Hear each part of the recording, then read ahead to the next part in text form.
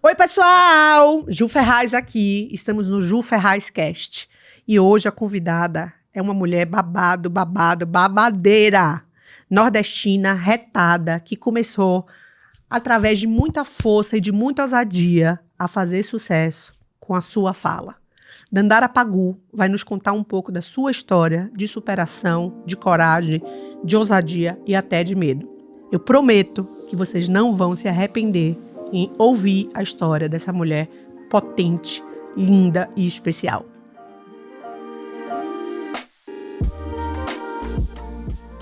É muita emoção ter a minha Beyoncé aqui. Amiga, tô tão feliz de você estar aqui. Eu que agradeço o convite. Você sabe que eu admiro muito você. Quando eu crescer, eu quero ser igual a você. Você já é maior do que eu, você não tá entendendo. Você fala de mim, mas é engraçado, né? A gente tava falando aqui nos bastidores o quanto que uma se fortalece com a outra.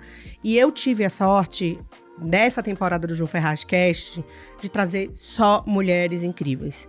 Mulheres que realmente me fortalecem, que fazem que eu me sinta apoiada, sabe? E se der alguma coisa errada, eu vou saber pra quem ligar. Você é uma dessas mulheres. Uma mulher que me ensina muito, sabe, Dandara? A gente se conheceu nas redes sociais. Depois, num dia, a gente se conectou um pouquinho mais no ensaio da Dove. Sim. Mas o que mais eu admiro em você é a sua força, sabe? É a sua força, a força da sua voz.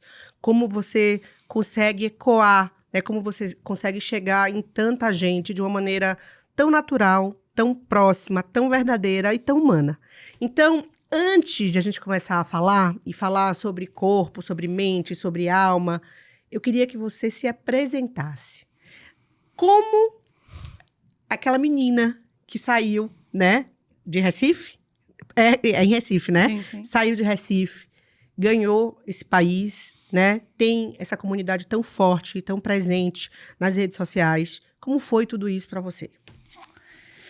Ai, é sempre difícil falar de si, né? Que você fica sempre do que eu vou falar? Ah, mas é isso. Eu sou a mais velha de 12 filhos que a minha mãe teve. Enfim, alguns morreram, cada um, infelizmente, pela circunstância do que acontece na sociedade quando se é preto e periférico. E sempre trabalhei com produção por muito tempo, né? E depois que eu saí da produção, meio obrigada por causa da pandemia. Eu costumo dizer que a pandemia obrigou todo mundo a sair de algum lugar. Seja ou dentro dessa migração, às vezes de ter de voltar para casa pelas circunstâncias financeiras, ou seja, de sair da sua zona de conforto, que a gente acaba sempre fazendo uma coisa. E eu sempre quis trabalhar com rede social, mas eu sempre ficava meio assim, ai, será que vai dar certo? Não sei. E aí chegou a pandemia, acho que eu já tinha uns 2 anos que eu morava em São Paulo, saí de Recife, me desfiz de tudo e vim refazer, né, meio a vida aqui em São Paulo. E eu morava numa república com os amigos. Então, eu só tinha um quarto e um celular, porque ainda nem podiam... A gente morava na mesma casa, mas ainda até ficava meio assim, de um ficar perto do outro por causa da pandemia. E eu acho que a coisa que talvez até hoje, as pessoas sempre falam muito isso, sobre esse lugar do público me ouvir e curtir. Eu acho que é muito uma sinceridade de vivência, sabe? Eu não falo sobre o que eu não vivo. Eu falo realmente tudo que eu vivi. Eu não tenho nenhuma vergonha de falar que eu não sei, certo? Ou determinado assunto, ou determinada coisa.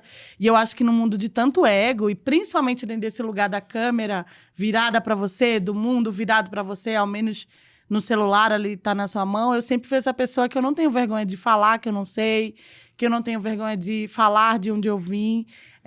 Depois de muita violência, muita coisa que eu passei, acho que hoje, de tudo que eu tenho, de onde eu estou, é muito desse lugar da verdade, sabe? Eu tento ser muito sincera com as minhas amizades, com os meus sentimentos, com as coisas que me acontecem. Eu acho que quem está do outro lado acaba se identificando com isso, né? Cada um tem um padrão de como trabalhar na internet ou se posicionar na internet. Outros preferem viver de ilusão e quem tá, talvez, vendo, se alimenta disso. Mas eu acho que eu vivo de verdade, assim, sabe? Seja verdade do dia que eu tô triste, eu falo que eu tô triste. Seja verdade que do dia que eu tô feliz, eu falo que eu tô feliz.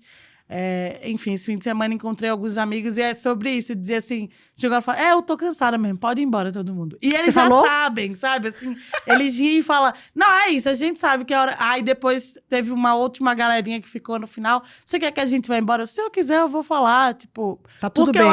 Porque eu acho que A gente sabe disso, né? Eu trabalhei com a cultura e com música produzindo por mais de 12 anos. Existe muito ego atrás desse lugar artístico, assim como existe também uma grande sensibilidade de conseguir tocar o outro. Mas o ego também é muito forte e presente. Então parece que você tem que mentir para fazer ou viver certas coisas.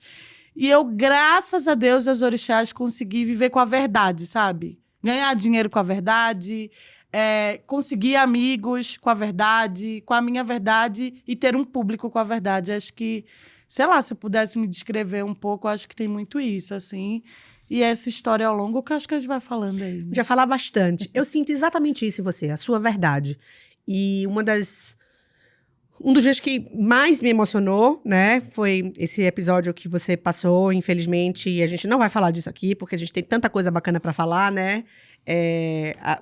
Há um mês atrás, mais ou menos, quase um mês atrás, no começo do ano, e ver você se mostrar ali na câmera, né? Eu senti a sua dor.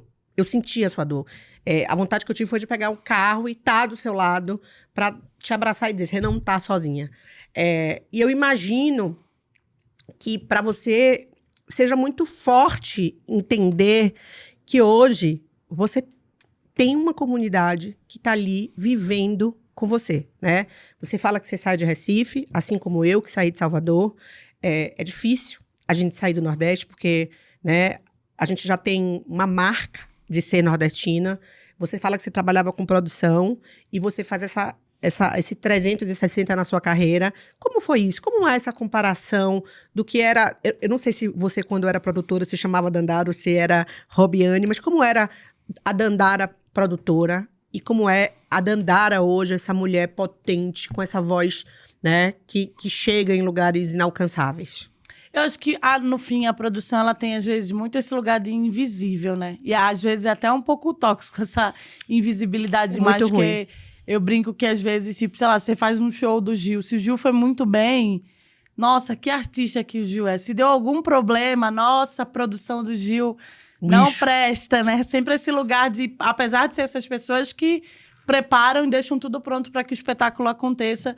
Então, acho que tinha um lugar um pouco de invisibilidade, mas que talvez a vergonha ou esse lugar eu ficava meio achando, tipo, ai, não sei se vai dar certo, será que vai, será que não vai? Tem sempre essa coisa que, no fim, eu acho que deu certo.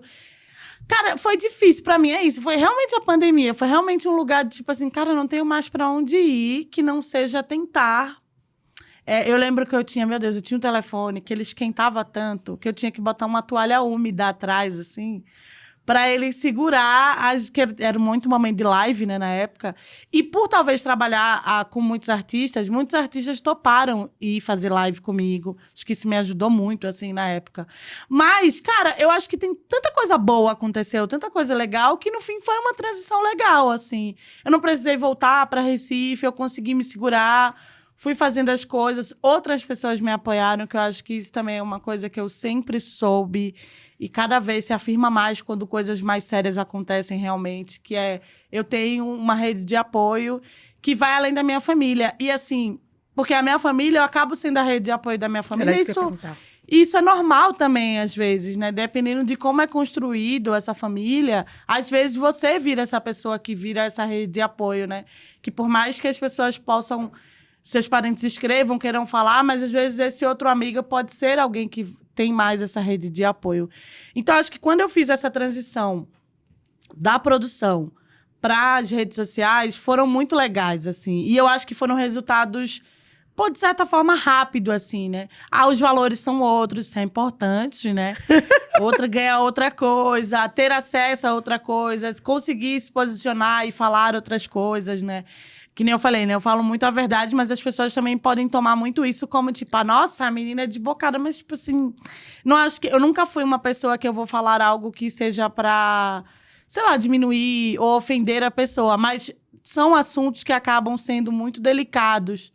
E óbvio, provocam muito, né? Sei lá, você fala sobre pobreza, racismo, machismo e toda uma problemática que existe na sociedade. É muito mais chato, complicado, né?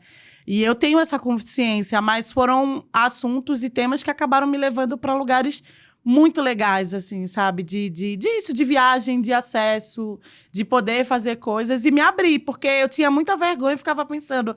Porque eu acho que todo mundo, sei lá, você hoje, né, está no holofote, você tem aquela vontade, tem que ter essa vontade em você para poder estar ali na frente, encarar a câmera e topar essa Se jogar, fala. né? E eu fiquei com muito medo. E eu acho que o dia que eu consegui pular esse medo foi também com outro medo, que era o de voltar para uma escassez extrema que eu já tinha saído. Então, tipo assim, acho que o medo me impulsionou muito, assim. Mas a transição em si, eu acho que foi muito legal, assim. Foi bem de boa, vamos dizer, porque eu tive esse apoio também dessas outras pessoas que toparam somar comigo nessas coisas. Quando você fala que o medo te impulsionou, o meu medo também me impulsionou. Eu acho que a gente tem alguns momentos de vida parecidos, no sentido de... Eu também, hoje, sou uma pessoa que sou o porto seguro da minha família, né? E aí eu não tô nem falando só financeiramente ou financeiramente, eu tô falando quase emocionalmente. Acontece alguma coisa, me ligam, que eu acho que é um pouco o que acontece com você também. E o medo também me paralisava muito, mas ele, ao mesmo tempo que ele me paralisava, eu precisava seguir, porque senão eu não ia sair da situação que eu me encontrava, né? Diferente de você, eu nasci numa abundância, mas minha família, meu pai morreu, atropelado pelo próprio carro, e depois a minha família quebrou. E é muito louco, porque você um dia tem tudo e no dia seguinte você não tem nada, né? E o medo, ele me paralisou, mas ele me impulsionou. Como é essa sua relação com o medo? Eu sempre brinco que eu vou com medo mesmo. Esse é o segundo ano passado, na verdade. Esse é o terceiro ano que eu fui chamada de novo para apresentar o Rock the Mountain. Esse ano eu vou com você. Quero ver, hein? Eu falei pra Cadinho que eu ia com você. Quero ver. Quero ficar lá aplaudindo de pé. Esse é o terceiro ano. Acabou ano passado, eles já falaram, não, ano que vem você vem de novo, já tá certo. E muita gente me pergunta, nossa, como você sobe lá e fala com todo esse público? Não, eu vou com medo. Aí, você não fica com medo? Eu falei, não, eu tenho medo, mas eu vou com medo mesmo.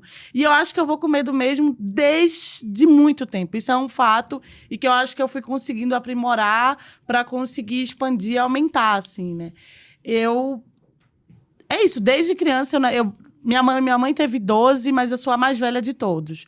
Mas aí, quando ela me teve meu irmão, a gente morava numa ocupação. E aí, hoje em dia chamamos de ocupação, né? Mas antes era invasão e, enfim.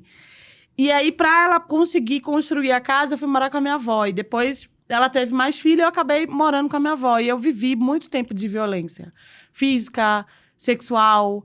E todas assim, eu sinto que todos esses momentos para conseguir sair disso era ultrapassar esse medo, sabe? O medo de contar do que eu estava vivendo, o medo de falar mesmo, assim, enfim, coisas ruins estavam me acontecendo, sair de casa e morar em outro lugar, ficar morando de casa em casa até conseguir achar um lugar que eu pudesse pagar. E aí isso começou com a República, que eu fui morar com uns caras que eu nunca tinha visto na vida. Acho que é a primeira vez que eu me mudei. E, nossa, e aí a galera era muito louca, usava tudo, eles ficavam loucos. E eu tinha acabado de sair da igreja, então já fui crente. Ninguém acredita quando eu falo que Você falou o quê? Você foi crente? Eu já fui crente Entendi. Tempo, até os 15 anos eu era crente, assim. E tudo isso foram, tipo, momentos que eu, tipo... Até pra sair da igreja foi um momento de falar assim, vou sair da igreja, Deus... Não, tipo, vai com medo. E aí eu percebi que não, que eu podia ter o Deus... E a gente sabe, né? Hoje em dia, enfim, eu sou de religião de matriz africana, a gente sabe que Deus está em primeiro lugar. Começamos falando de Deus e finalizamos agradecendo a Deus todos os nossos pedidos e emanação para os orixás. Então, Deus está presente ali, a gente sabe disso. Só que esse também foi um processo. E eu sempre fiz com que o medo não me paralisasse no sentido de estagnar. Dá um medo na hora que você fica assim, mas eu sigo, sabe? Eu sempre sigo. É isso, vou apresentar... Vai desenrolar, vou desenrolar. Eu lembro que eu encontrei Cadinho, encontrei ele numa festa. Ele, tô procurando alguém, tu toparia? Eu fiz, eu topo. E o legal eu trabalhei com cultura por muito tempo. A arte, ela me salvou número, gênero e grau, assim. Com 15 anos, eu cheguei, assim, e falei, eu queria... Era um palco que tinha na minha rua, assim. Eu queria ajudar, eu posso varrer o palco, fazer alguma coisa. Aí eu comecei, aí eu consegui um curso de produção. Nesse curso, eu fui a melhor do curso. Aí eu ganhei uma bolsa que eu podia estagiar na Secretaria de Cultura. da prefeitura, comecei a fazer e comecei a trabalhar no escritório. Aí fiz teatro por muito tempo. E tudo isso é isso, tipo, você fica com medo de falar com a pessoa, você nunca viu. Você fica com medo de fazer um trabalho que você nunca fez. Eu sou essa pessoa, por exemplo, nossa, e na escassez mais ainda. Ah, você saberia enterrar alguém? Sei. Você sabe fazer... Sei. Celebrar um casamento? Você sempre foi essa pessoa de, tipo... O que me dessem pra fazer, eu ia dizer que ia saber fazer, mesmo não sabendo, pra tentar levantar essa grana, pra tentar fazer, sabe, estar ali e sobreviver, que é assim que a gente sobrevive. Então, acho que eu sempre, mesmo com medo, eu ia. Você falou em sobrevivência. Mas graças a Deus, hoje você vive. Hoje eu tô vivendo. Esse é um recorte e uma coisa muito importante da gente. E eu acho que a sociedade que vive em escassez, às vezes esquece ou nem lembra dessa diferença que é muito grande. Sobreviver é esse lugar de, tipo, estar o tempo todo num fio muito fino de... É isso, sabe? De beirar até a loucura, a tristeza sem fim. Quando você começa a viver... É isso, sabe? Ah, eu vou viajar. Eu lembro a primeira vez que eu fui viajar, de férias mesmo, porque todo ano eu trabalhava no Ano Novo. Todo ano eu... Aí eu falei, não, agora eu vou poder fazer isso, eu vou, tipo, entrar de férias. Aí eu lembro que eu viajei com um grupo que sempre tinha uma briga entre eles, de, sei lá, namorado. Aí eu ficava assim, não fale comigo, eu estou de férias, é a minha primeira férias. Eu não quero ficar pegando a energia de vocês, de ficarem brigando. E aí a galera ficava rindo assim, mas, tipo... Agora eu fico pensando que, às vezes, também, quando a gente vive muito na escassez, não romantizando a pobreza, mas eu acho que você ser um pobre plus depois, assim, um menos pobre... Como é um pobre plus? É tipo aquele que vai ter uma carne, um frango, coisa, tudo na geladeira junto. Eu não aguento Não vai você. ser só uma carne. Você não existe, não. Depois ovo a semana inteira, entendeu? Entendi. É uma coisa... É sobre, acho que é isso, é começar a viver mesmo a vida. Mais tardio, talvez você aproveite mais, eu acho. Não sei, eu me sinto E assim, você às não... vezes. Você não... É engraçado, você não... Eu acho, né? E eu não tô minimizando nada. Quem sou eu? Mas toda conquista tem um valor triplicado, quadriplicado. Com certeza. Porque você já viveu tanto sem nada. Aí eu fico brincando, né? Existe até uma certa cobrança, às vezes. Enfim, eu passei também muito tempo participando de movimentos políticos, que eu acho importantíssimo, porque me deram muito letramento racial. Antigamente eu me culpava muito. Sabe isso? Eu achava que eu era pobre por culpa minha. Como assim? No sentido que, tipo assim, sei lá, eu nasci... por exemplo, você achar que é preto e a culpa é sua no sentido de... eu sou preta e feia, por isso que eu não consigo tal coisa. Sabe isso, assim? Sei. Quando Porque você a gente começa cresce a ter, ouvindo isso. E quando você começa a ter um letra... Isso, sei lá, de você é gordo porque a culpa é sua. Sabe, no Porque sentido... você come. E não nesse sentido, às vezes é um biotipo que você tem, tudo bem, se você quiser ficar magro ou não, mas que você tem que controlar. E que não necessariamente você vai ser gordo... A vida inteira. E não porque você quer, não é esse lugar. Tem gente que é gordo e está saudável. Sim. Que é até atleta, e não é esse lugar. Só que a sociedade começa a propor que essas características que já vêm carregadas de preconceito, ela ainda é jogada para quem carrega ela. Não é... Eles se esquecem que são eles que criam esse estereotipo. Sim. Que você pode ser uma pessoa gorda saudável. Você pode ser alguém preto, bonito, e não é por causa disso, entendeu? Tudo isso são preconceitos. Sim. Só que a gente internaliza e começa a se cobrar, achar que é você mesmo. E quando eu comecei a ter esse letramento racial, social, eu comecei a entender que, tipo, não. É a sociedade que escraviza por 500 anos, pega depois esse povo que cresceu, não é que a galera é boazinha e parou de escravizar, cresceu e não quer mais ser escravizado, e como está insustentável a situação, pega todo esse povo e joga para as encostas, para as margens. E se você for para o centro tentar conseguir um dinheiro, alguma coisa, a lei da vadiagem estava aí até um tempo desse, enfim, né, historicamente falando, que não se podia. Então, se você está parado tentando conseguir dinheiro por aquilo que era de graça em torno de violência, você é preso. Então, você não é um preto, a culpa é sua, você é preto, você é pobre. É uma sociedade que propõe. Quando eu comecei a acordar para isso, eu comecei a também... Às vezes eu faço isso. Chega uma marca, ela quer fechar comigo R$2, eu digo, amor, você já não me dava dinheiro nenhum. Existia entendeu? Racismo, conhece... Não, cara, eu quero ganhar tanto quanto qualquer outra pessoa.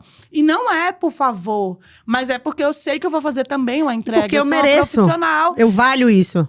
desse lugar. Só que esse é um processo muito mais difícil. É muito mais fácil a gente ficar se culpando por tudo que nos acontece de ruim, em vez de você entender que é uma sociedade que vai te colocar naquele lugar. Se você não é magro, se você não é branco, se você não é rico, tudo isso as pessoas estão assim, te querendo colocar pro lado, te querendo te diminuir. E você, se não tiver uma cabeça boa, se não estiver lendo, se não estiver se informando, que foi o que Era me isso que eu ia fez perguntar. muito, muito, muito mudar a minha... E isso, ter uma oratória e conseguir conversar com qualquer pessoa.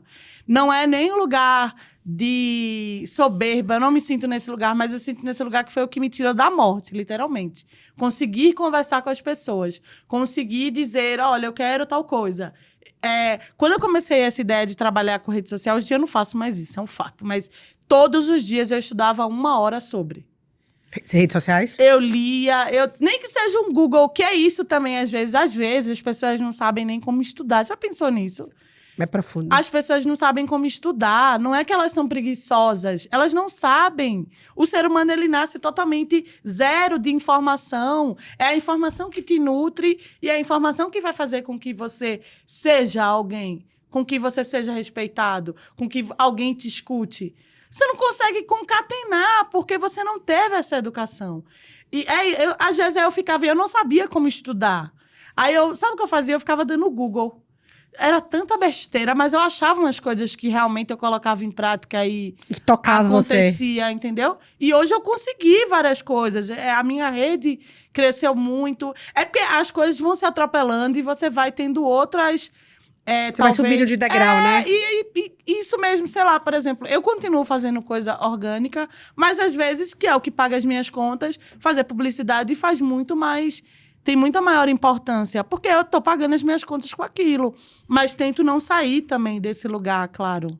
Você... É tudo tão profundo, né? É tudo tão profundo que quando você fala disso, do estudo, de que as pessoas...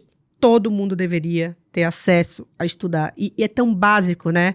Assim como eu e você, todo mundo poderia chegar nesse lugar. Como foi essa conexão, né? Essa busca por conhecimento? Você falou uma frase que me marcou aqui hoje também, assim, que a arte te salvou. Como foi esse encontro, né?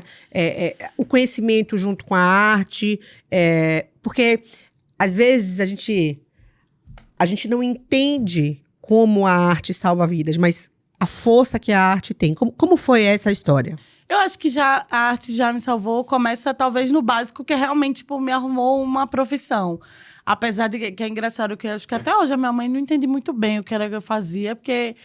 Vivia na noite, fazendo as coisas e criando coisas e eventos e trabalhando. E Recife pulsa, né? Muito, tem muita coisa, né? E culturalmente falando, tem mais ainda, porque existem, sério, milhares de ritmos, danças e de coisas. Eu sinto falta de saber se vender, talvez, mas aí isso já é um outro... A gente vai falar com a governadora, com Raquel. Eu acho que falta um lugar de venda mesmo, mas existe muita cultura pulsando independente e é uma cultura periférica. A base de muita coisa que rola de cultura é isso. Sei lá, o maracatu, ele sai de uma comunidade. Os maiores blocos de Olinda, eles saem de comunidade. E a arte, eu acho que ela me salvou já começa nisso, né? Conseguindo esse lugar da rentabilidade, de começar a ter um dinheiro e me ver fora da periferia, fora da favela. E mesmo que dividido ou não, eu comecei a morar num bairro melhor, com uma casa melhor. Eu sempre falo isso, eu vim ter descarga em casa, eu tinha 18 anos. De resto, era um banheiro apenas com a privada e o balde para você jogar, sem porta. Nunca tive porta no quarto. Demorei, acho que até os meus 16 para poder dormir numa cama sozinha. Sempre dividia. Essas coisas que a gente, de tipo de escassez, que a gente só entende quem passa, sabe? Assim, que eu às vezes... Tem muita gente que julga quem tem privilégios, mas eu acho que eu entendo dentro do lugar, tipo, não viveu. É importante que você tenha a mente aberta a ouvir. Né? Quando alguém que viveu quer te contar ou entender sobre, mas eu entender esse lugar, se você não viveu, você não vai entender o quanto isso é forte, o quanto isso é marcante para uma pessoa. E aí eu comecei a trabalhar e comecei a poder viajar. Eu viajei todos os estados, eu acho, do Brasil, viajando com artistas, fazendo produção. Aqui também, quando eu vim pra cá, eu comecei mais a trabalhar com produção de campo, que é você acompanhar o artista em todos os shows e meio que, tipo, deixar tudo pronto para que ele suba ao palco, avisá-lo e tá ali nessa contenção. E eu viajei muito São Paulo também, acho que eu fui em todos os Sescs. E eu acho que a cultura me salva nesse lugar da rentabilidade. E depois ela me salva no lugar de abrir a mente. Entender que nem tudo, quando você entra, é isso. A igreja, ela toma conta de você, pelo menos pra mim. Eu entrei na igreja, eu tinha uns 7, 8 anos. Saí com 15. E eu sou assim, né? Eu era muito xiita, de tipo... Se eu entrei, a verdade é essa, é aquilo, e eu vou seguir. E eu acho que tiveram dois lados. A gente sabe, né, que infelizmente a política de base hoje são as igrejas. Sim. Mas ao mesmo tempo, felizmente pra mim, porque eles me levavam a zoológico, eles me levavam a museu... Há coisas que acabavam me dando mais informação. E aí eu ficava curiosa, aí eu voltava para casa e ficava tentando conseguir mais informação sobre aquelas coisas que eu fui. Eu ia muito para a biblioteca pública que tinha perto da minha casa, e lá eu ficava lendo, aí a galera gostava de mim, eles me davam mais livros para eu ler. Eu sempre fui essa pessoa. Eu acho que, realmente, nem todo mundo consegue ultrapassar a dor, as coisas e continuar. Mas aí a igreja, como me botava nesse cabrecho de só estar ali, talvez eu não tive uma gravidez muito precoce, como algumas meninas que moravam no meu bairro tinham. O meu irmão morreu na mão do tráfico. Eu passei por várias violências que, infelizmente, estão dentro do que é morar dentro da periferia. Nos anos 90, é isso, violência, é tiro, é arma.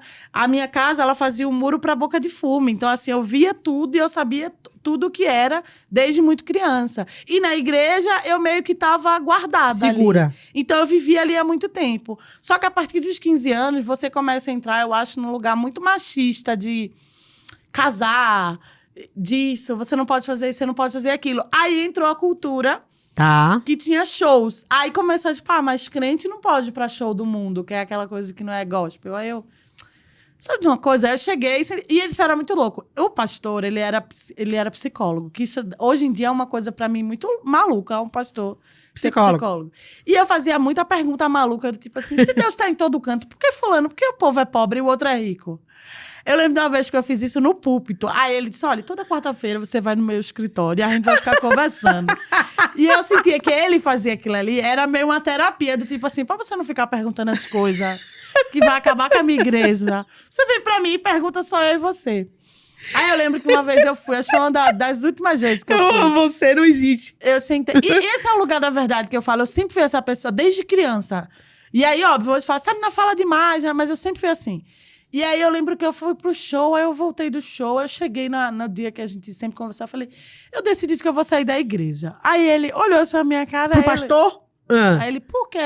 Que eu fui no show, eu tô gostando de ir nos shows, e não pode ir no show, né? Segundo a regra aqui. Eu já tô grande também, não sei, eu não tô querendo mais vir, mas eu gosto de Deus. Ele, não, mas Deus te está ama, em todos ele não quer dizer que ele não coisa. Agora, realmente, tem coisas e doutrinas. Aí ele começou a explicar o papo dele lá, eu falei... Mas tudo bem, mas eu vou sair, tá bom? Eu tô só avisando aqui que eu não vou vir mais, não. E ele também, sinceramente, acho que ele deu graças a Deus. Que ele disse assim, até que essa menina maluca vai, né? Um a menos pra eu ter que ficar... E eu saí, eu lembro que um dia desse, assim, eu passei, ele tava lá e ele foi super fofo, assim. Você tá bem? Aí, não, eu tô ótima, tá tudo bem, assim. Agora? Um tempo Sua desse, assim. Sua mãe mora ainda lá? Ela mora no mesmo bairro ainda. E, enfim, eu acho que foi a arte me salvou. Aí eu comecei a ir pra shows e fazer coisas e pensar em coisas. Aí eu pensava em eventos. Eu lembro que o primeiro evento que eu fiz, eu era apaixonadinha por um menino. A banda ruim, meu Deus. Aí ele não tinha onde tocar, né? Óbvio, a banda era ruim. Aí eu fui e fiz assim. Peguei essa banda e outras bandas do bairro, assim. Juntei vários papéis, imprimi. Eu falei, cada banda vai ter que vender essa quantidade. E aí eu vou pagar o som e o lugar com esse dinheiro. Vocês me devolvem o dinheiro.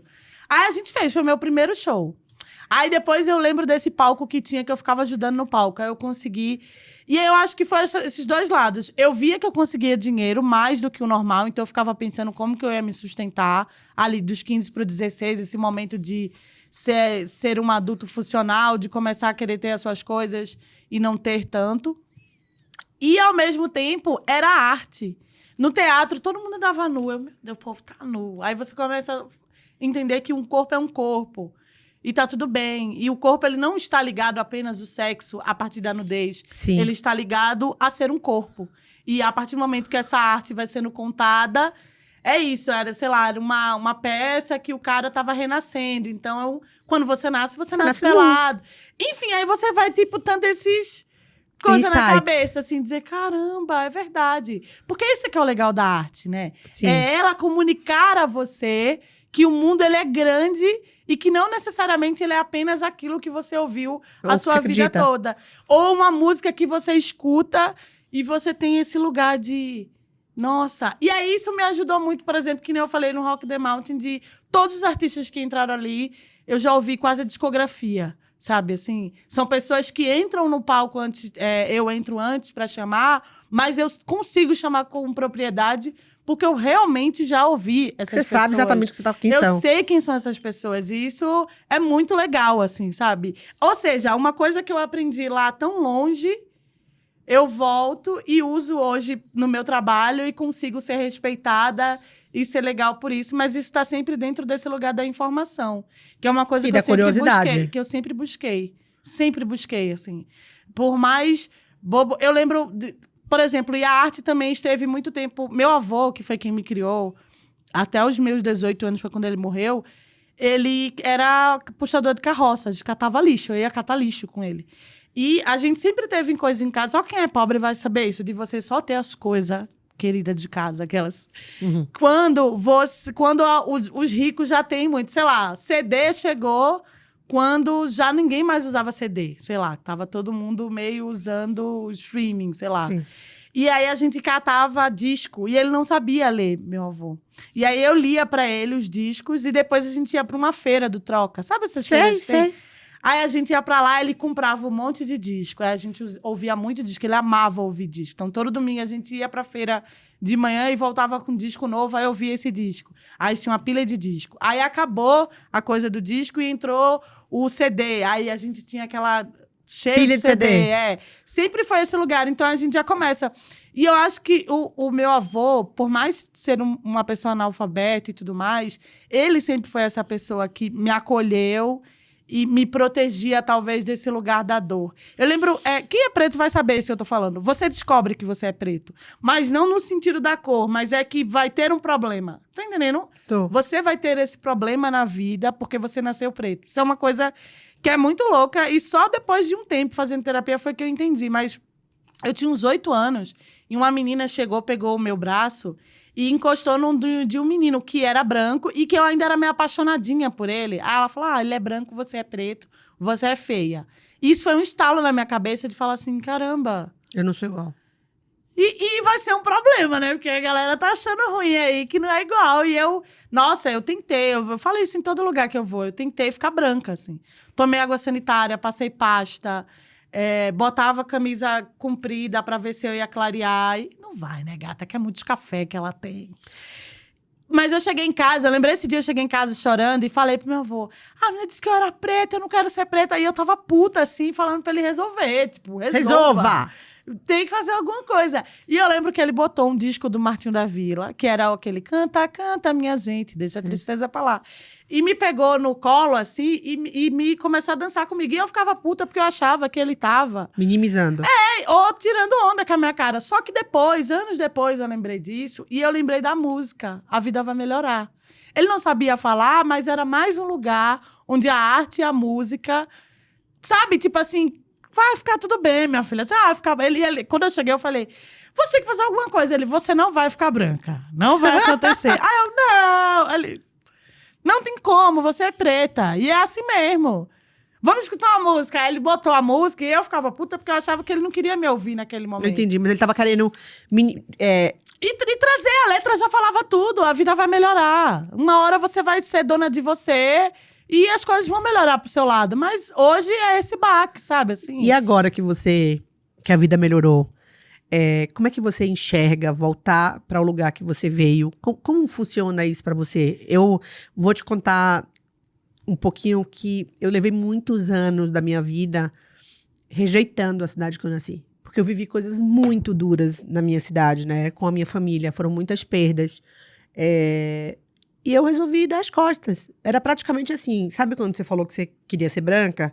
Eu, se pudesse, dizia que não era, nasci em Salvador e que não era nordestina, vamos dizer assim, né? E não com a terra, mas era tanta dor que vinha da minha cidade natal que eu rejeitei isso. E hoje eu consegui fazer as pazes da onde eu vim, e eu sei que a minha potência é porque eu saí de lá. Sim. É porque eu sou uma mulher baiana. Porque eu nasci em Salvador, tenho muito orgulho disso. Como é isso pra você? Olha, eu acho que pelo menos pra mim, eu acho que a relação, por mais que violenta que fosse, as lembranças ruins, eu acho que me faz continuar muito com o pé no chão, sabe? Pra não me deslumbrar, sabe? Pra não achar que, agora eu tenho isso, eu tenho aquilo, não, eu acho que virou um lugar de marcado pra entender que eu vim daquilo ali, sabe, tipo isso, meio que eu acho que é uma lembrança pra mim. A minha família às vezes me deixa triste. Eu agora consegui colocar minha mãe numa casa maior, eu aluguei uma casa e ela tá morando numa casa maior, ela tá super feliz, enfim, né? No mesmo bairro? No mesmo bairro, mas assim, é bem perto da outra casa, mas agora é uma casa maior, enfim, para que ela viva com um pouco mais de conforto. Isso é muito bom, eu quero comprar uma casa, só que é isso. Talvez por não ter sido criada pela minha mãe, eu sempre tive que me priorizar nesse sentido que eu me sentia um pouco só no mundo, sabe? Eu acho que eu tive mais, talvez, mágoa da história com a minha família do que do lugar em si, sabe? Eu acho que o lugar me traz uma boa lembrança de quem eu sou. Sim. Sabe? Às vezes, pelo menos pra mim, às vezes eu fico pensando, será que eu sou merecedora disso? Será que eu deveria gastar com isso? Será que eu deveria fazer tal coisa? Porque que a gente conversou aqui antes de gravar, né? O medo, e até falar, né? O medo nos paralisa e às vezes faz a gente achar que não é digna daquilo ali, sabe? Mas não, cara, tipo, passei 30 anos. Acho que eu passei 30 anos, assim, na Pindaíba sempre, fazendo... Acho que de 5 pra cá eu tenho realmente começado a viver. 30 anos eu só sobrevivi. Cara, você passou 30 anos fodida, começa a conseguir, sabe? A aproveitar. E eu acho que o meu passado, ele sempre me lembra do quanto hoje eu sou vitoriosa. Sabe? Tipo assim, é como se ele fosse um lembrete de que, meu amor, já foi pior. Pare de palhaçada, sabe? Pare de reclamar. Assim, esses dias é isso, sabe? Viver... Que eu tive esses problemas, eu tive vários problemas com uma reforma da minha casa e tal. E aí eu falei, eu vou viver sem isso, vou viver sem aquilo. Eu falei... esse dia eu falei... A minha avó, ela tinha um problema de acúmulo, né? Ela era acumuladora no nível que a casa, Meu avô, a gente saiu da favela e foi morar num bairro... Era um beco, mas tinha uma privada melhor, ainda não tinha descarga, mas tinha uma privada melhor. Porque antes era só um buraco.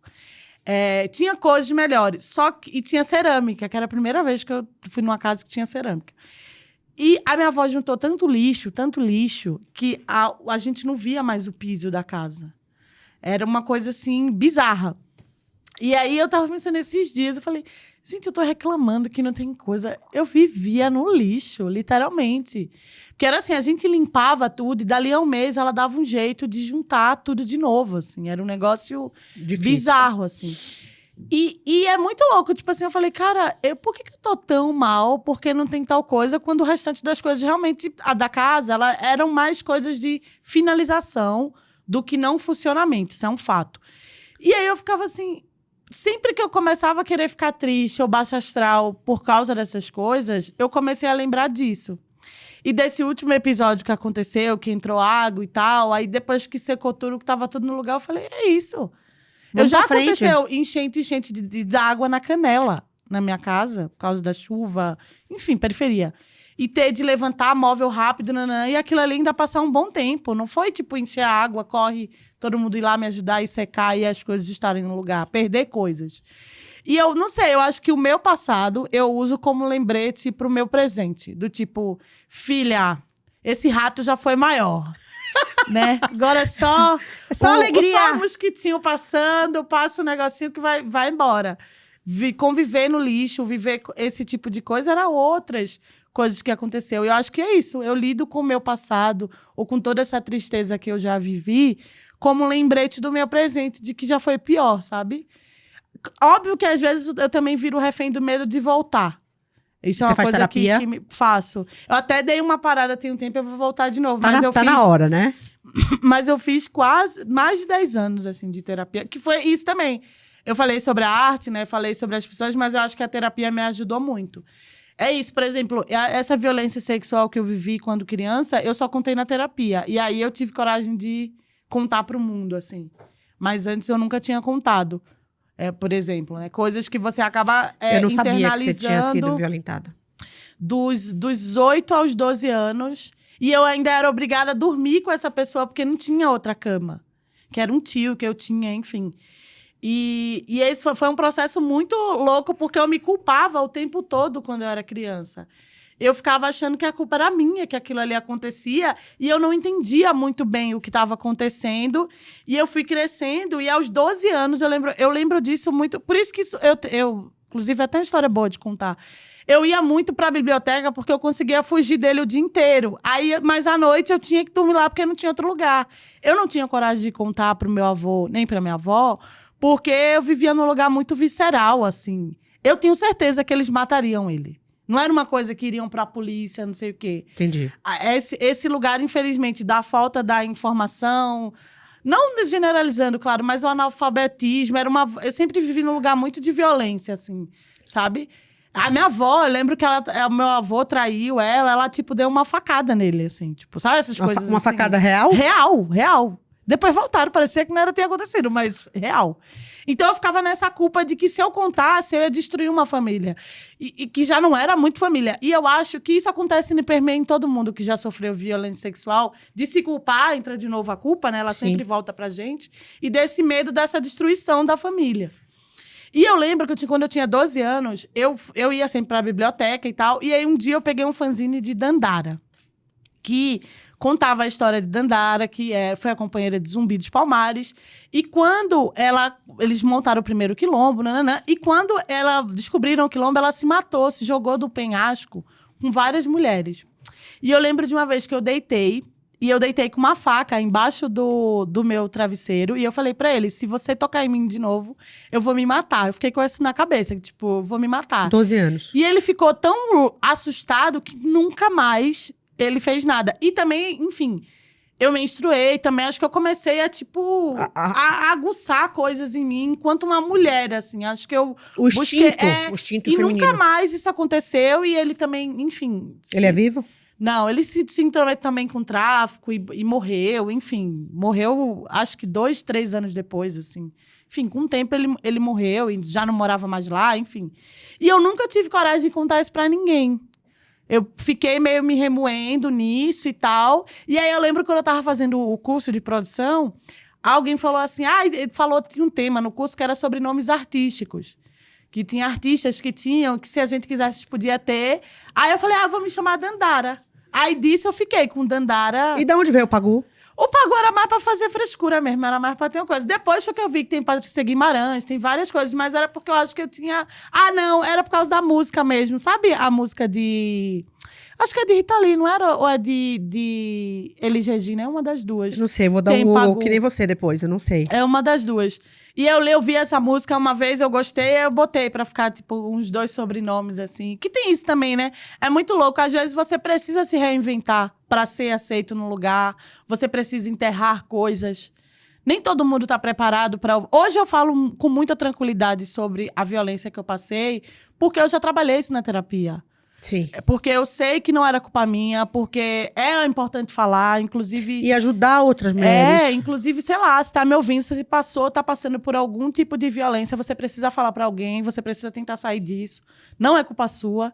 Eu acho que esse é um processo muito difícil da gente não se culpar. E isso não só se prende à violência sexual, isso se prende a todo tipo de violência que a gente passa. A pessoa foi escrota com você, dificilmente você vai ser aquela pessoa que vai ter o ímpeto de devolver para ela. Normalmente, pelo menos, isso acontece às vezes muito comigo. Você sempre volta para si mesmo. O que foi que eu fiz?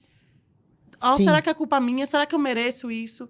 Essas coisas que aconteceram, de querendo ou não levar um certo golpe das coisas que eu fiz na minha casa, em vários momentos eu comecei a pensar, eu paguei por tudo, mas é isso, será que muita gente, por exemplo, eu falo, né? Eu paguei por tudo, então eu tenho que receber pelo que eu paguei. Mas muita gente falou nas redes sociais, enfim, é porque paga antes. Um exemplo, né? Você não vai numa loja grande, um exemplo, sei lá, na Leroy Merlin, compra um negócio e fala, olha, Leroy, só vou pagar isso aqui depois que eu levar. Não, se o móvel é grande, se o que quer que seja, não existe vão isso. entregar depois. E eram boletos, eu tinha recebido boletos, eu paguei todos esses boletos e eu não recebi 100% que eu deveria receber. E só que você fica sempre nesse lugar. Eu tento sempre muito me observar nesse campo. Porque quando você começa a se culpar por algo que a outra pessoa fez e que isso te atingiu, são duas coisas. É o prejuízo, sim. ou a dor daquilo que te aconteceu, e a culpa, que você começa a se culpar e se cobrar, dizer, será que eu devia ter feito não sei o que lá? Será que eu devia não sei o quê? E tipo assim, não, meu amor, você não devia nada. Se aconteceu com você e se tá te machucando, você tá sendo violentada de alguma forma, seja isso no não serviço prestado, ou seja uma violência sexual, física, verbal, você precisa arrumar ajuda para sair daquilo ali. E eu acho que o primeiro passo é não se culpar. Porque você se culpa e fica preso, rodando atrás do seu próprio rabo. E você não enxerga. Sou eu, fui eu não devia ter feito, não devia ter falado, ou isso é isso mesmo que acontece. E eu passei um tempo, e a terapia me ajudou muito nisso. A terapia salva, né? Muito. Engraçado a gente estar conversando aqui, e hoje foi um dia difícil para mim, né? Aliás, tem sido dias difíceis. Eu voltei de Salvador no final do ano, no começo do ano, né? E arrimo de família, e um monte de problema, e a véspera do carnaval, é muito difícil botar um projeto como esse de pé, em todos os sentidos, mas é a época do ano que eu me sinto mais usada, porque aparecem pessoas que você não imagina pedindo um convite e as pessoas não entendem que aquele convite é a forma que... Não é tão simples assim, né? É um trabalho. É um trabalho que, enquanto um vende roupa, o outro vende entretenimento, né? Que é o que eu faço. E o carnaval, para mim, tem um problema muito grande. Porque existe ainda um trabalho a ser feito no carnaval de a gente quebrar os padrões, né? Quando a gente pensa no carnaval na mulher, a gente pensa na mulher padrão. A gente fala que não deveria nem ter sido falada da questão da mulher gostosa, dos corpos nus. E sempre tem aquele lugar de alguém dizendo, mas você é uma mulher gorda. E uma mulher gorda não pode ocupar esse lugar. Só pode dizer isso, só pode dizer uma mulher gorda não pode ser protagonista de um carnaval. Não pode fazer tal coisa, não fazer tal coisa. E hoje, antes de eu chegar aqui, eu estava discutindo exatamente isso na minha terapia, o porquê isso ainda me faz mal. Porque você imagina que eu trabalho no carnaval desde que eu tenho 17 anos, Dandara. Desde 17 anos, eu tenho 42. Eu já vi de tudo acontecer, né? Eu tenho o maior orgulho da minha trajetória com o carnaval, mas, ao mesmo tempo, sempre fica aquela coisa dentro de mim, como é que eu posso mudar? Como é que eu posso quebrar barreiras? Como é que eu posso fazer diferente? Como é que eu posso trazer as minhas amigas, a minha rede de apoio para mostrar que a gente pode fazer? Mas tudo isso que eu estou contando, que é um momento de desabafo aqui, a entrevistada é você, é para dizer o quanto que a gente precisa ter rede de apoio, precisa ter um apoio, né, com um terapeuta, que não tem terapeuta às vezes, mas ter um amigo que você possa falar para que a gente consiga sair dos lugares, né? Para que a gente consiga quebrar esses muros que parecem gigantes e sem ajuda a gente não consegue ir além. Mas eu acho que isso, pelo menos esse exemplo que você está dando, eu acho que é fazer. Agir. Sabe, fazer que eu diga assim, não sei, pensando nesse recorte, vamos dizer assim, porque mulher gorda não pode ser tal coisa. Você vai lá e faz. Sim. Isso não é simples, a gente sabe, porque além de ter de ouvir coisas que nos machucam, nos atravessam muito, elas ficam na gente às vezes, né? Sim, total. A frasezinha, o olhar. Dói. Eu sou uma pessoa, isso aí, mas isso é desde criança, porque depois de um tempo eu percebi isso. Eu sou uma mulher preta retinta.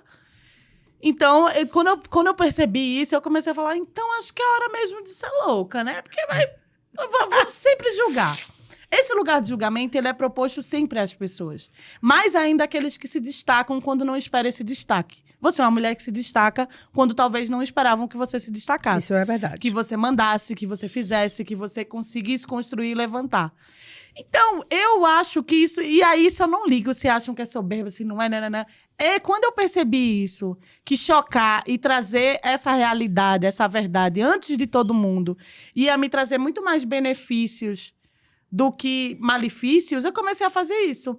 Eu tenho um bloco, né, que todas as mulheres Eu ia perguntar isso a você. Saem com seios à mostra.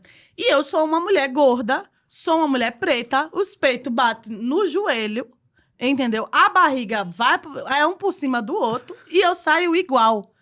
Igual, eu sou a primeira. A gente vai... Sempre meio que tem uma certa cerimônia na hora, assim, eu abro, dou os avisos para todo mundo se guardar, ficar dentro de uma corda que a gente tem e tal. Beleza, beleza. E aí eu sou a primeira que tiro. Porque se eu, uma mulher... Você tira a camisa? Tiro a blusa e a gente segue no bloco. E não existe nenhuma obrigatoriedade de ninguém fazer isso. Não existe. Tá. Vai no bloco, você pode ouvir a orquestra de frevo, pular, dançar, sem precisar isso, mas todas elas tiram. E aí a gente volta nisso. De quem não se esperava, com certeza isso bate na cabeça delas, eu tenho certeza que eu também já ouvi isso. Cara, você vira um espelho pra mim, porque, tipo assim, eu não tinha coragem de me ver nua no espelho. E às vezes você vai ver a menina, é uma menina super padrão, porque o mundo tá ali o tempo todo cobrando a mulher, por mais ela pode ser a Sabrina Sato, né? Que ela tá ali no pique do pique de quem tem tudo no corpo padrão, no lugar padrão. A gente sabe disso. Mas você também pode ser a menina gorda, nanana, que também vão te cobrar e vão cobrar da Sabrina também. Sim.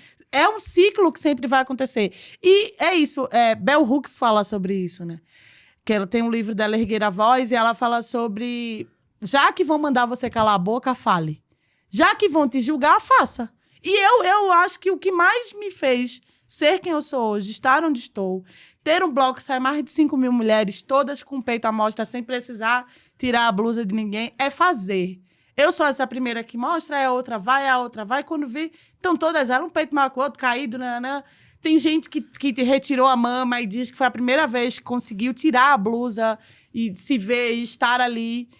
E aí, a gente, sempre que eu dou entrevista, eu falo, vai ver. Não é sobre a blusa, é sobre essa coragem de mostrar coisas que normalmente a sociedade está o tempo todo dizendo que não pode. O carnaval pode ter a gostosa, mas ele não pode ter a gorda. Ele não pode ter a mulher que vai mostrar o corpo dela a partir do desejo dela. Ela tá afim de tirar essa greia e ali fazer esse desfile pequeno rápido. Não existe isso para a sociedade. E quando acontece é um catarse, porque é o momento onde você tá pouco se fudendo pro restante das pessoas. Só que, olha, apesar que você falou e tal, mas eu sei que você tem esse dom de pouco se fuder para o resto das pessoas. Só que são altos e baixos, sempre são altos e baixos. Não, e é um momento... E a gente só fala essas coisas com transparência quando a gente sabe que o outro vai entender. Sim, e respeitar também, isso é importante, gente. Respeite seus altos e baixos. Nem todo dia você vai ser uma super-heroína, mas também você não pode esquecer que existe uma super-heroína dentro de você, sim. E não é nem nesse lugar da romantização de aguentar tudo, não. É dizer que sim. E entra aquilo que eu falei antes, né? Tipo, cara, eu olho sempre pro meu passado, porque eu digo assim, cara, eu já me fudi tanto. E eu tô aqui, e eu tenho tudo isso. Não vão me derrubar tão fácil, sabe? Mas tem dias que você acorda ou tá na sua casa e começa a chover e você chora e se debulha em lágrimas e se desespera porque é um dia do seu baque, é o dia que talvez a heroína vai precisar de ajuda de outras heroínas, que é esse lugar que a gente tá fazendo aqui, né? Sim. Se ouvir, conversar e dizer pra quem tá ouvindo também que, tipo, é normal. Porque eu acho que existem duas coisas. Existe uma obrigatoriedade de você vencer, que não necessariamente isso vai acontecer sempre, mas de que não pode demonstrar fraqueza. Não, você vai demonstrar fraqueza, mas você não precisa ficar fraco pra sempre. É isso. Eu acho que são essas coisas que eu acho que me trouxeram até aqui mesmo, sabe? Hoje eu choro, amanhã eu vou sorrir e a vida vai seguir, uma coisa ruim vai acontecer, outras boas, mas eu não vou deixar de fazer, sabe? Como seu avô, a vida vai melhorar. É, exatamente. Últimas duas perguntas. Eu ficaria aqui o dia inteiro com você, mas que é importante. Como é você, quando você fala que você tira a blusa, né? E você envolve, você tem esse poder de... É um chamamento dessas 5.000 mulheres junto com você. Como é a sua relação com o seu corpo? Cara, é muito louco isso. Eu não sei se... por muito tempo, eu fui uma pessoa de corpo padrão. Por muito tempo, assim. Padrão não, mas eu acho que, assim, por exemplo, até hoje mesmo, eu não gostaria de ser uma mulher muito magra. Eu não vejo... Eu não sei, acho que é geracional também, né? Às vezes a gente tem uma coisa... Eu acho que eu sou do tempo da paniquete. Bumbumzão, peitão. Eu sempre fui essa pessoa, tipo... E eu era bem magrinha mesmo. Assim, por exemplo... Eu lembro que eu usava 36, mas eu sempre tive um peito grande. E aí eu fui engordando, mas eu não sei se eu fiquei com essa imagem, dessa ideia da gostosa. Eu me sinto gostosa até hoje, igual. Você assim. é, meu amor. Não, mas eu digo assim, mas não é pra sociedade, a gente sabe. Sim. Existe um recorte e um olhar. E inclusive é isso, é importante que a gente não se sinta inocente de... eu sou gostosa e... Não, a gente sabe que a sociedade não vai ver assim, mas se eu me vejo... Já é um caminho andado. Porque você sai mais forte pra lutar contra os de fora que vai dizer o contrário. E realmente é o contrário pela ideia do quem escolheu um padrão pra se ver como beleza, como que se é. Tudo bem. A gente sabe que existe esse contra. Mas eu sempre me senti assim. E é louco, porque isso me ajudou em... Nunca tive problema com homem ou mulher, com quem quer que eu pegue. Eu sempre fui essa pessoa, sempre peguei um monte de gente. Sempre saí com qualquer roupa que eu queira. Sempre foi assim. E mesmo hoje, que eu acho que agora, na minha idade, eu acho que é o momento que eu mais estou, assim, sei lá, no meu maior peso. É a primeira vez, realmente. Mas eu continuo, tipo assim... E assim como também eu era quando eu, talvez, correspondia a um padrão proposto pela sociedade. Então, eu não sei explicar, mas com o meu corpo, eu nunca tive problema. Agora, um dia desse, eu tava pensando nisso. Na verdade, já faz tempo que eu também falei isso na terapia. A minha avó sempre foi gorda. E a minha avó, ela sempre ficou pelada na nossa frente. Tomava banho, saía, enfim, uma mãe, tá ali, sempre ficava pelada. E ela sempre foi gorda. E eu acho que eu acabei meio acostumando de ver e achar bonito. Por exemplo, assim, sei lá, as pessoas que eu namoro, sempre que eu namorei, sempre foram gordas. Não sei, eu acho bonito. Eu acho que são gostosas. E aí eu me sinto bonita, eu me sinto gostosa igual. Eu acho que o que me derruba mais é o conhecimento. Sei lá, não ter estudado tudo que eu gostaria de ter estudado, porque eu tive que parar para trabalhar mais.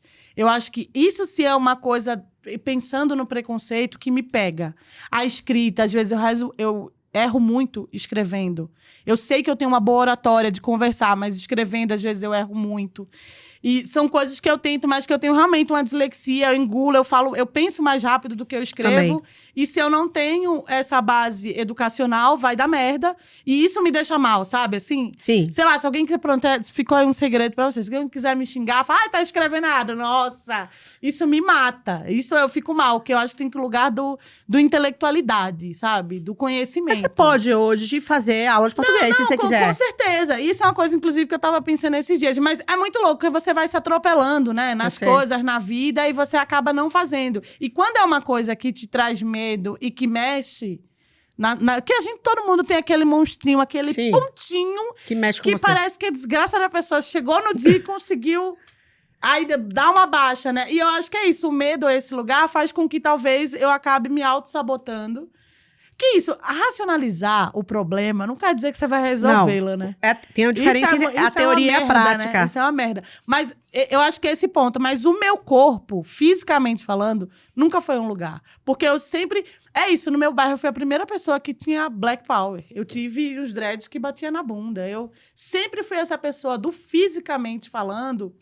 Foda-se. Sabe, assim, eu me sinto muito segura, ao menos fisicamente, graças a Deus, da minha beleza, do que eu vou propor, do que eu vou vestir, do que eu tô afim, porque eu acho que é isso.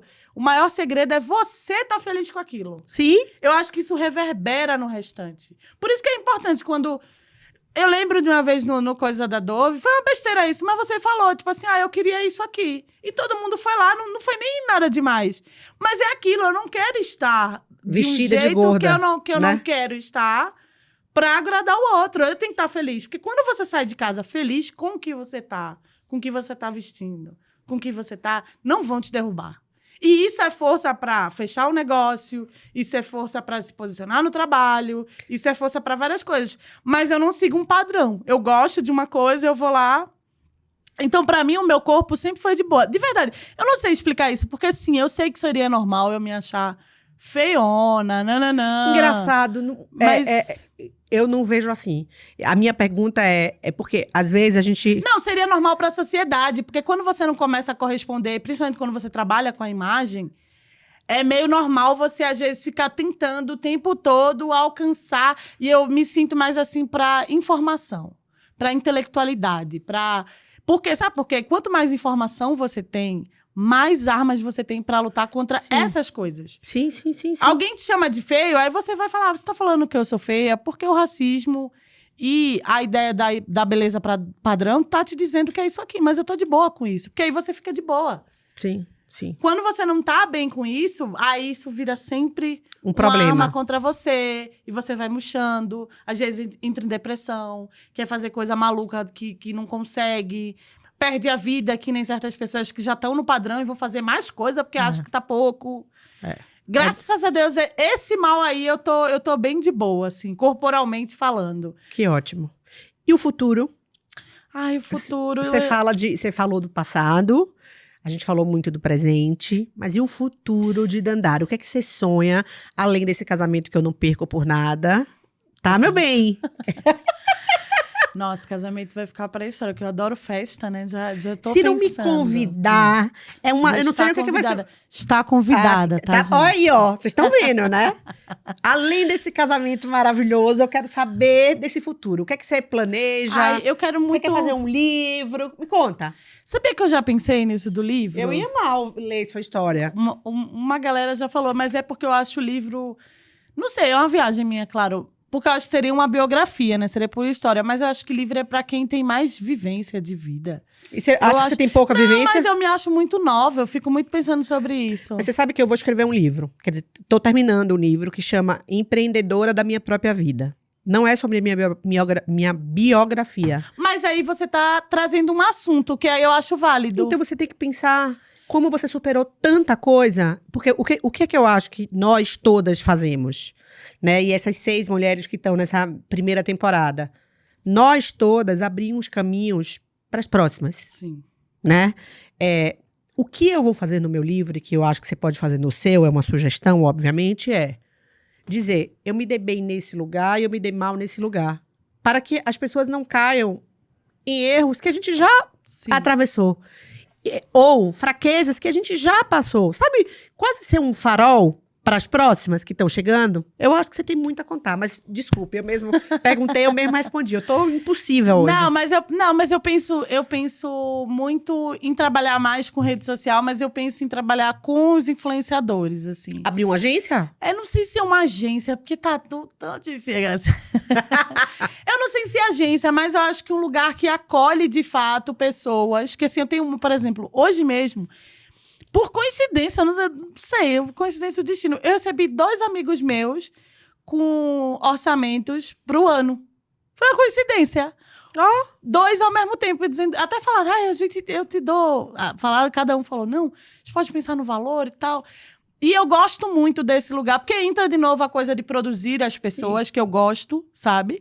Mas de também trazer esse lugar que tá. Nossa, eu tenho tantos amigos talentosos que estão meio sem trampo, estão ganhando tão pouco. E é isso. Eu adorei cuidar da minha própria carreira. Eu acho que até hoje, desde a pandemia até aqui, eu ganhei... É isso, eu comprei uma casa. Eu viajei para os lugares que eu queria viajar.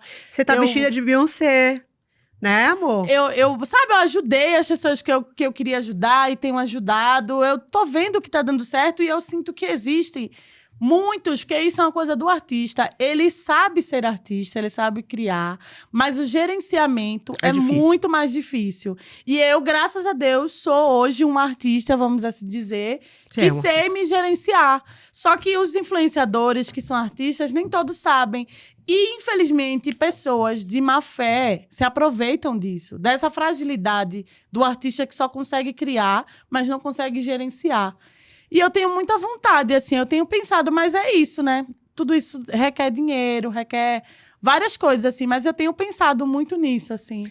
Eu acho que é uma grande ideia. Não, mas eu não gosto nem da ideia de agência, mas é esse campo... Você pode ser um hub. Que consegue, sabe, assim, trazer essas pessoas e elas estão sendo pagas de uma forma legal. Eu acho que viver como alguém que faz... Que, cara, sim, eu queria dizer a marcas que tem dia que a gente não está afim de fazer aquele vídeo. Dá um negócio que você fica assim, caramba... E, sei lá, entender isso, que nada é pra ontem. E não sei, com o meu jeito ou não. Cara, é isso. Eu acho que eu venho no meu 3º ano fechando o ano inteiro com o Itaú, um dos maiores bancos Que legal. do Brasil. Fiz Dove, várias marcas que me procuram ao longo do ano para fazer. Graças a Deus, recebo o que quero receber. O que gosto não, mas... O que gosto, sim, mas no sentido de me sentir satisfeita, não me sinto lesada. Valorizada. Porque eu sou essa pessoa que luto por isso, que falo sobre isso, sabe? Porque é isso, a publicidade, ela tem dinheiro. Só que a gente vive tanto numa refém desse lugar de se eu não aceitar, eles não vão mais querer. Não é assim. É uma conversa. Só que é difícil, né? Você ter essa coragem dessa conversa, você ter essa paciência de não ser afobado, de aceitar tudo. Ter, sabe, esse respiro. Tem que ter uma maturidade para lidar, né, com o negócio. E eu acho que também, às vezes, isso também não vou negar e não acho que é importante também lembrar. Às vezes a pessoa tá na escassez mesmo, né? Sim. Às vezes ela precisa daquilo, por mais que seja pouco dentro do Pra que ela vai começar. oferecer, para ela começar. E tá tudo bem, não tem demérito nenhum nisso. Mas eu sinto falta de, talvez, alguém que vive do lado de cá, cuidar dessas pessoas que estão ali, sabe? Porque eu acho que é um recorte interessante e que entra nisso, porque eu acho que se mistura a produzir, a dizer, vamos fazer isso, vamos fazer de tal forma e tal. Mas, enfim, são sonhos. Eu acho que é isso, casar, terminar as coisas. Tenho pensado em ter filho também. Que bom. Só que eu acho que é isso. Eu acho que são duas coisas que são muito trabalhosas, né? Você levantar um negócio do trabalho e também cuidar de uma criança. Mas eu tenho pensado em todas essas coisas, assim, pro futuro, Aí eu acho que isso também sai desse lugar e você cresce, né? Sobe mais um degrau. Mas eu amei, assim. Trabalhar com rede social, pra mim, é maravilhoso. Porque acho que mudou muito a minha vida dentro desse lugar, financeiramente falando, mas disso de me comunicar.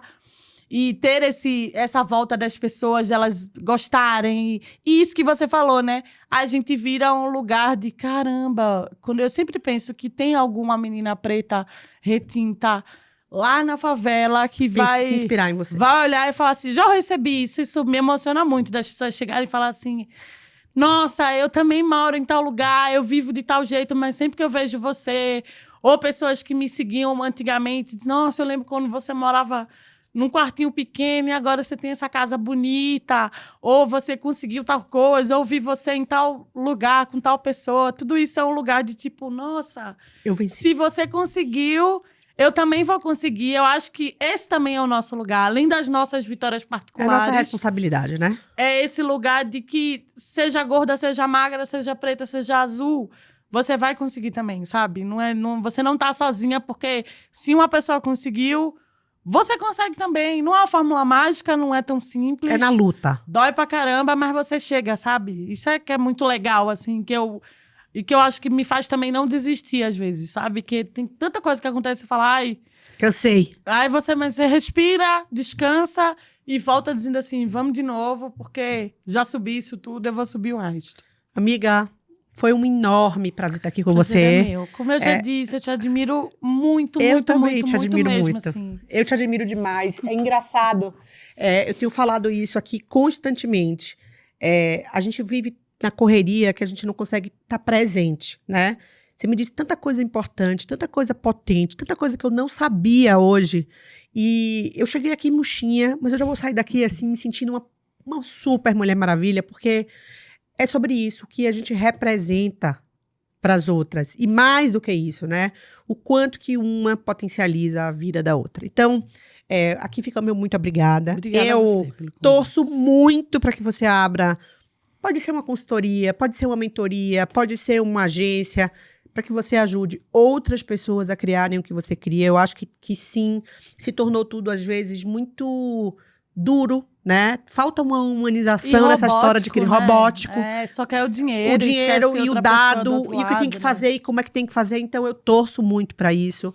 Estarei no seu casamento, torcendo para o bebê, mas o que eu quero dizer mais é assim, a melhor parte de tudo é que a gente vai estar junta sempre. Sim. Obrigada, Obrigada, meu amor. Até a próxima. Eu amei esse lookinho. Te empresto.